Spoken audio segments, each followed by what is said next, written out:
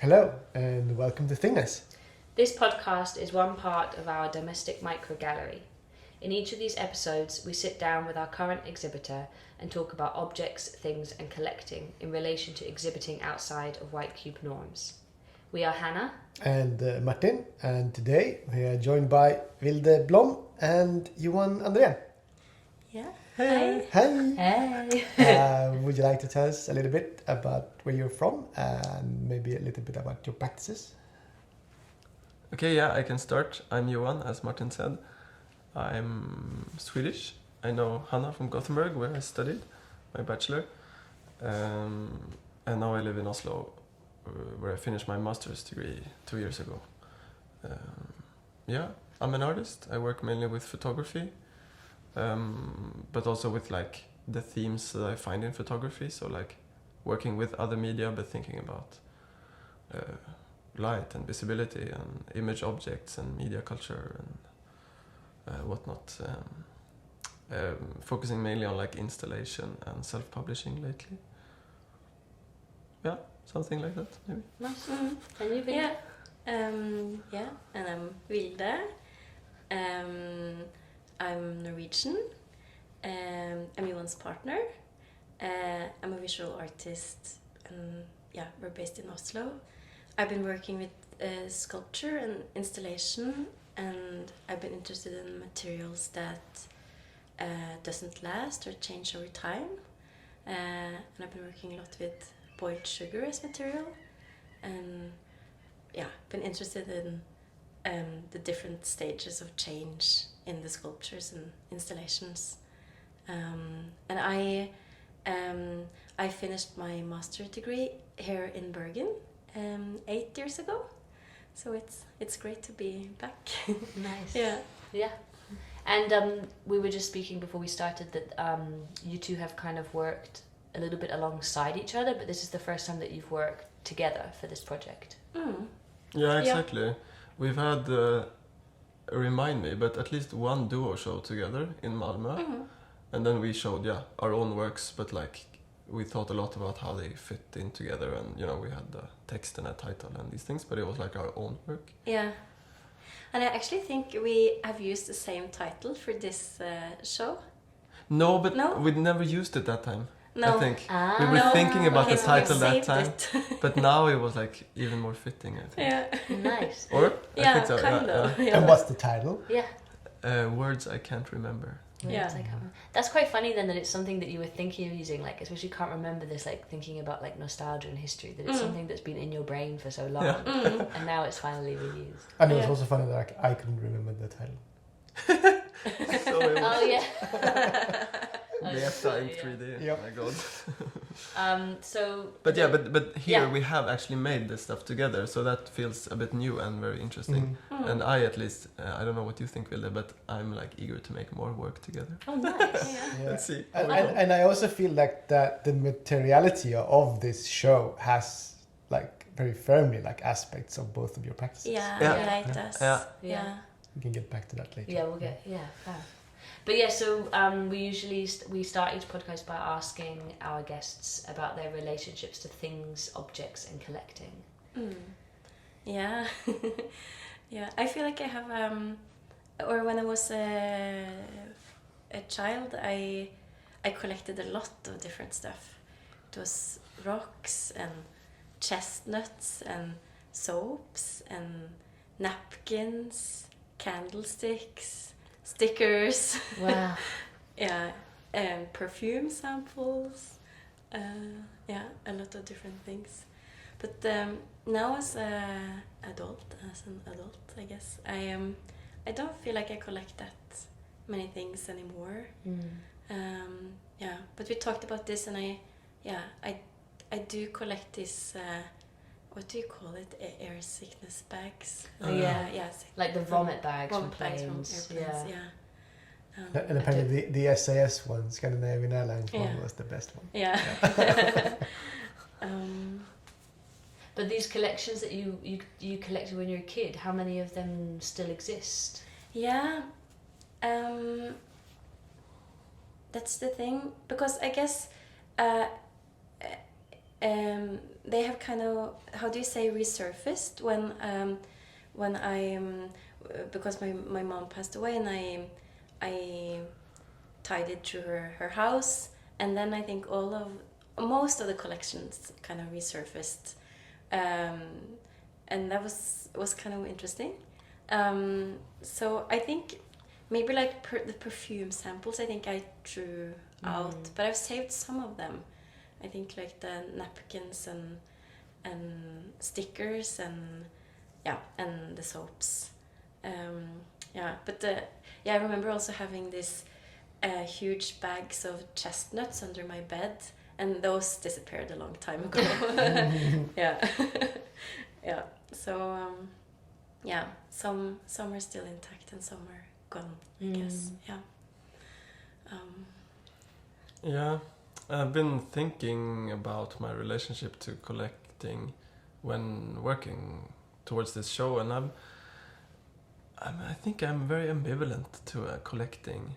And I think before, like a couple of years ago, I think the theme of like things and objects and collecting objects was like very central in my practice as an artist, and it was often a starting point.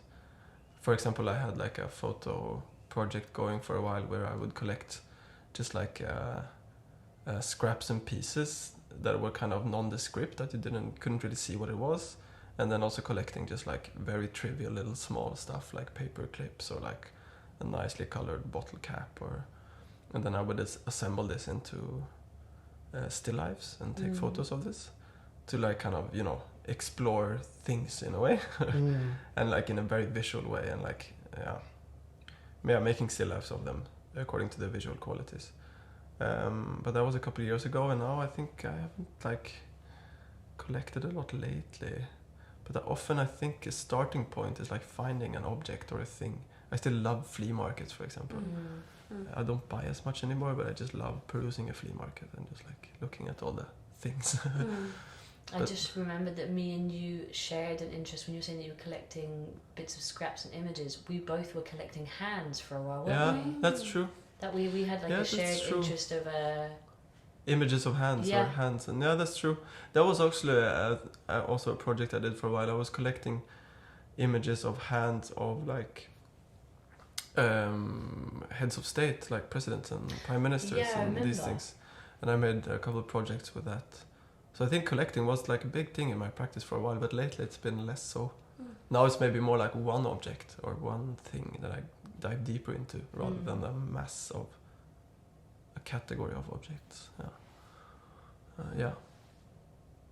And then should we move more into the show? So thinking about then maybe more what Vilde was saying, you had these collections and this has kind of been the starting point then for the work. You want to describe a little bit the kind of process to how you got to what you've exhibited? Yeah, I can't really remember. I just remember that we very quickly decided to work with Vilde's collection of little soap figures from her childhood. And we just kind of, it was like a no-brainer somehow. We just like, okay, this is it, here we go. I can't remember exactly how it started either, but it was this idea of the soaps, and there's a picture of them in the presentation post on Instagram.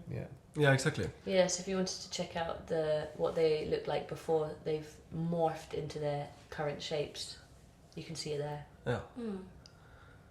And then I think also pretty quickly we agreed to at least try out like remolding them into fitting into the shelf. So we like carved and ground them down and then melted them and cast them again in these rectangle shapes to fit the shelf. Yeah, I guess we felt like they needed to change somehow, maybe. Maybe it was also because we were working as a duo. It felt maybe a bit too easy to just use them as ready-mades, or I'm not sure. I don't know. But at the same time, it felt also a bit violent or difficult to remelt them or change them, and also to actually make them into these square shapes felt very it's kind of how do you say it, it goes a bit. Now I'm. It's quite like unnatural in a way. I Yeah, guess. exactly. It's yeah. Or like I guess I'm thinking. It go.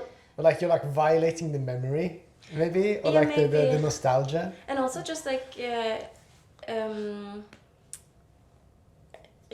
going.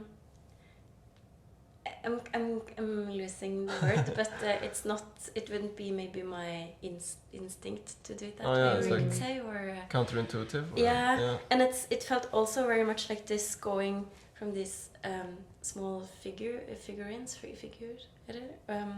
and shaping them to these squares, very much like going from childhood to adulthood or something. Maybe a bit too. But did you mix them, or are the blocks just the one? Yeah. No. Or they're No, mixed? it's a bit different The from smaller shape to shape. the smaller ones are usually just one soap, and then the bigger ones are at least 2 or 3 soaps. Yeah. To get enough material. Yeah, and going a bit color in the same. Yeah.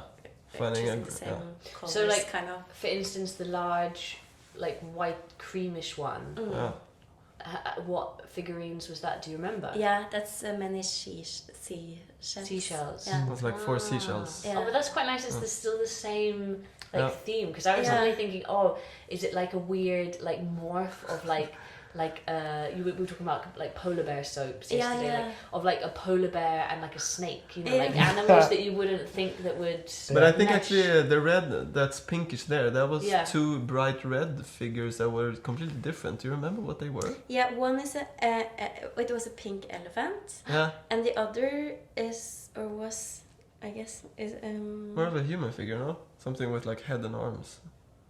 like a Teddy teddy bear, maybe. Yeah, you have. I know yeah, you had. maybe a teddy bear. But funny then that in a way They that's like disappear. this melding of different memories also. Yeah. Yeah. You were describing these like mixed blocks as like this Italian terrazzo material. Yeah, exactly. Yeah. Especially when I was carving the side of it to make it fit, I got like a nice cross section, and then it looked like this fancy marble Yeah. tiling. And even more, because you put one of the square soaps in the bathroom, and even more when we've been using it, and it's been kind of like worn not down. sand down, but worn down. Yeah. And it becomes even more like this. And I was saying, actually, just before we started recording this, that I felt very reluctant to use that soap in the bathroom because it felt kind of like I was destroying something. And I've never thought about the fact that, like, soap is something that disappears. You know, it's like this object that goes nowhere. I mean, it just slowly gets smaller. But then knowing that this soap had been something in your, like, childhood collection, and then it been created into this object, and then I was then destroying it, I felt this like weird reluctance to like Well, we were talking about this a little bit yesterday, about just collecting these things that have a use. So like, you know, animals in the shape of soaps, or like razor figurines, for example, like same era, and like, do you want to use them, or do you want to collect them? Yeah. You can't really do both. You know? And that was like a negotiation when we were making this work, because Vilde obviously has like there's a lot of affect value. If that's English, maybe that's So, but we also wanted to choose the nice colors. So, like, which ones can we carve down and melt, and which do you want to keep as still figures? And this back and forth, which was also interesting. And I think in one way, maybe that's where the rubbings, the frottages come in, because that was like a way to document that, which we then melted down. So it's like to try and keep, some kind of like depiction of what they were before they just became like pure material, pure square material. That's a much more like tactile representation than just a photo. I was just about to say, it's quite interesting thinking that you come from more of a photographic background, Johan, and then that in a way these these rubbings are almost like a record, like a photographic record of like the surface of the soaps. Yeah, But they're also very abstract. Yeah. And when we talk about what is this, I don't really know. But I think that's what, because I've been working with rubbings also outside of this project, and I think that's what I really like about rubbings is that they are so tactile, so concrete, so like literally hands-on. Yeah. So in one way, it's a very, very true depiction, but on the other hand, it can be visually very abstract. So in one way, it's like a useless depiction because it doesn't give you a representation of the object. So it's this weird like double. It's like it's very true, but it's also useless. So like it's also very vague or so. What I like about rubbings though is that there's still this feeling. I mean, especially with some rubbings where the paper starts to become more sculptural from like having been on this surface, and so in a way, like the paper starts to take on. I mean, it has the image of what was behind it, but it also starts to take on like the sculptural surface in a way. It's like it become what's the word I'm looking for? Almost like a cast in a way. Yeah, that's true. Yeah. Oh, I saw this artist just this week, I think. Yeah. Who had lived in the same space for like 15 or 20 years, and they were like and they were moving out. Isn't he Vietnamese or something? You're like Korean, yeah. And like he just like put like paper all over his entire apartment. Aye. And then like rubbed it. Aye. So he lives in a paper world. Yeah, so like the paper, like very strange. He's a great. I'm gonna look up his name before so we don't forget. He's a fantastic artist. He does a lot of installation things. Cool. We can add it into the references later. Yeah. And then we're actually to get some juicy behind the scenes for the podcast. We were also working with tin, melting down tin into these squares. Like tin objects we found in secondhand stores, and again to like fit the framework of this shelf, and like playing with like object and material. Is it still itself when it's melted down into a new shape? But then we found that it was like the soap, the tin, the rubbings, it was just a bit too much. So then we chose like the rubbings and the soap, and also thinking about this because both of these objects are so much about like touch and hands and fingers. And like skin and these things, because soap are made to rub all over your skin. The rubbings are rubbings that you make with a human hand. So it's this kind of, in one way, it's very much about tactility and hands and skin and touch and these things. Yeah. One like possible alternative would have been to then like the only like sort of cross section I could see then is like sometimes you can use tin, or like especially if it has like a high lead content, you can like do rubbings with that. As like a crayon. Yeah. Oh, I should get into that. That's nice. I was going to say more. I was suddenly starting to think about you were talking about the tactility of it, and going back to thinking about what these shelves kind of have been historically as like a way to kind of store thing. I'm suddenly thinking that in a way you've created like a soap store for us. Oh, like that. And that like in a way it could have become this performative thing where over the next weeks that Martin and I are living with this, that like we have to go through the soaps. So like once we've worn through one, we go and we pick another one. That could true. be interesting. But it made me think about these the typography cases where you had the lead types, and again thinking about melting metal and like recasting metal into shapes, and I don't know, but so there is a link to the shelf as an object too, I guess. I think you've been the bravest so far in exploring the sort of the void, the empty spaces. Yes. It's like a third of the shelf is unoccupied. Yeah, true. It was a nice rhythm, I think, leaving some of it empty. It definitely feels like if not a statement, then like at least like a conscious choice. Yeah. And also the first exhibition we've had with paper, which I was particularly overjoyed by. me, the paper girl. The paper girl. The paper girl. The paper boy. Was there anything else you wanted to say or like reflect on? You were saying that this process was something that you've enjoyed, that you actually wanted, that you want to work more together. What is there something specific about? Has it been like the material, or like more like this aspect of working together, or like the theme of like collecting? I think I found just that I think in our practices there are themes and interests that fit pretty well in with each other. That like Vilde is working with sculpture and material that like degrades or falls apart, or is used up, and I'm interested in like traces and like the image relation to the origin, and also some kind of, if not degradation, then at least like this, you know, a copy of something that is past, or like a inscription and these things. So I think for me that opened a possible like thematic combination of our that's practice. true. And I also think because we are maybe also working a bit differently from each other, so it has felt kind of tricky to start somehow, to figure out like how to start. So with this this show, it has been maybe also a good way to unlock this a bit, like to understand how to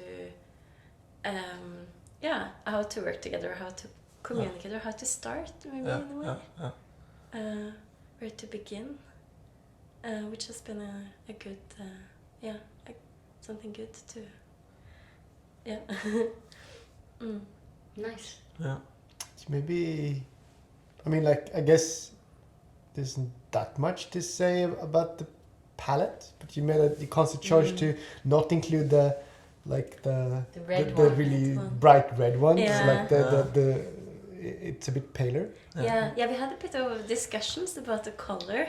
I was thinking of just using everything and have them quite bright, but you had kind of a more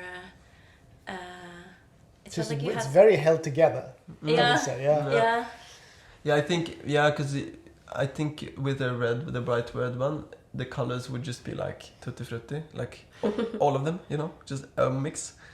And I wanted to try and keep it a bit held together. And for me, like pastel colors are it's specifically soap in a way. Yeah, and I was going to say that. And maybe especially the 90s soaps that is the origin. So I mean, for me it's purely like a aesthetic, intuitive choice of like what I find pretty. But also like a lot of the soaps turned quite a bit paler once we ground them down and melted them down. So the one that is pinkish now, the soaps we carved down were actually pretty bright red and translucent and nice, like a bit like I think it's like a little air trapped in the flaky bits. I think so. Yeah, that could be. And I think also often because we added some water to be able to melt it, and often that was a stage where it all turned a bit milky.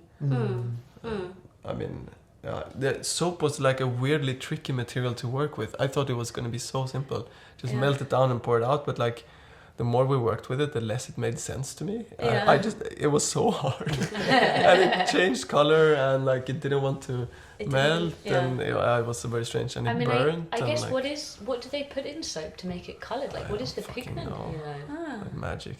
Sorcery. So at the end of each podcast, we always like to ask if you have anything to add to our Thingness bibliography. So, what do you guys have? Swallow is a movie we saw like a couple of weeks ago together, kind of by chance. We just were browsing through Mubi and like, okay, let's see this one. And it's about a woman that's like a housewife, kind of reluctant housewife that gets pregnant, not planned. And it seems like she feels pretty trapped in this situation. It's very kind of objectified by the husband and the husband's family. And then as some kind of attempt to gain control or gain agency, she starts swallowing little objects in her home just to kind of try to like test the limit, or like, can I really do this? And then I kind of keeps going, so she ends up like swallowing a lot of stuff in her own home and ends up in the hospital, I think, because of like digestion problems and these things. It's just we were saying that it's such a bizarre way of thinking then of collecting. And Vilde, then you showed us this image, because this is actually like a known disorder in a way that people, and then you showed us this bizarre image of all these objects that they had taken out of someone's stomach. And it was kind of laying like a collection in the photo. They were like nails spread out in this like sun shape. Like an amazing still life photograph of all of mundane objects. And also find it interesting to think about it as a way to experiencing objects, like experiencing them through your body. Yeah. And exploring them through, like with your mouth, with your lips and your tongue, and having them inside of you is like this very, like, in one way, very devoted explorations of things. Yeah. I just get this image of the video game character Kirby. Yeah, right.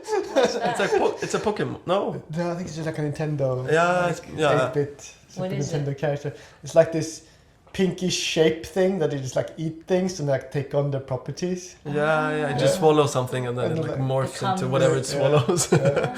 I was going to say, like, when you're kids, that you actually, like, kids put things in their mouth because they can understand it better than with their hands. Yeah, right. Isn't it something about, true. like... Well, like dogs, because they bite on things. Yeah, probably dogs as well. I mean, they have paws. I don't think they're going to pick up much from their paw, are they? Like, the feeling of an object. But I know, isn't it right that it's like they have more, like, I guess, sensory input in a way in their mouth. So it's like to have an understanding of a shape or like a texture. Yeah. So just thinking, like, Exploring the then in a world. way, like, by swallowing objects, it's like then maybe there's this different feeling in a way of like exploring like the shape of something. Yeah, that's true. This is making me want to lick a rusty nail or something. When we talk about it. Yeah, the first objects she swallows in the movie is it's marble, and I always feel like just sucking on the marble. But it's also interesting because this disorder is called pica, and I think it's from the Latin name for pica pica. I think is it like a magpie, or it's this bird. Yeah, magpies, they collect things. Exactly, Yeah. which is also kind of an interesting. Yeah, because like typically they're known for wanting to pick up shiny things, but I think actually they collect anything in a way that like is interesting to them. Yeah. Or also like those birds that they design their nests. Like the male birds will find something all in the same color and create this. The blue. Yeah. It's usually blue, but I think sometimes it's like maybe purple as well. They'll find anything that's blue, and if it's more of an urban, so like if they're near urban, it might be then like plastic things as well as like flowers and shells, and they create this like kind of like blue grotto in a way to like entice the female into. Wow, they're showing off their interior skills to Yeah. their future wife. Exactly. So yeah, I hadn't really thought about how birds also are like collectors. Yeah. Cool. Oh, nice. Yeah. And did you have something else you wanted to add to the bibliography? Maybe we should add an article on pica, this human disorder of swallowing things. It's an interesting read, because that's also nice. where the photo is of this amazing little display Amazing. of a doctor We'll in put the that on early for sure. 1900s. Yeah. Absolutely. Yeah. Cool. Great. Yeah. Don't Well- eat soap, kids. Don't eat soap. Oh, but that reminds me, did anybody else, like, other people at their age have, like, you know, like the lip balm, and it was the fruity ones, and people would always eat them? No way. No. Yeah, it was just something about this feeling of, like, coloured soap, and, that, like, yeah, people at school would, like, chop me out anyway. No, I didn't. A strange thing to finish on. Yes. But great. anyway, thank you so much to the two of you for exhibiting. We're definitely going to enjoy walking past this for the next few weeks. Thanks for having us. Yeah, thanks for having us. Thank you for listening. This was Thingness.